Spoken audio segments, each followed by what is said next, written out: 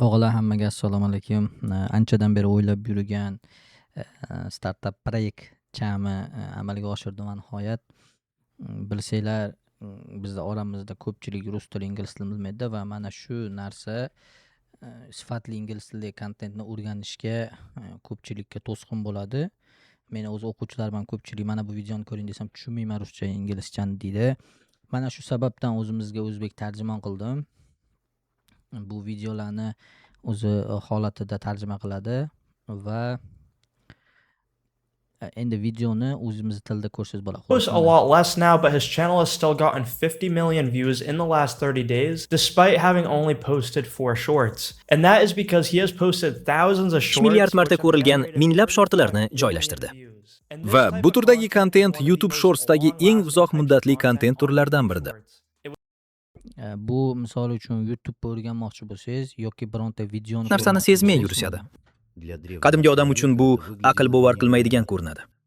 Yuz minglab yillar davomida zehnlilik hayot masalasi bo'lib keldi. Жизни, следы животных, опасность, погода, незнакомые люди. Все это Bularning barchasi doimiy kuzatuvni talab qildi. Mana bunaqa videolarni ko'rib tushunmoqchi bo'lsangiz va uchinchisi yangi yoki eski yo bironta o'rgatadigan misol uchun dasturlar Xabarnoma qo'ng'irog'ini oldi.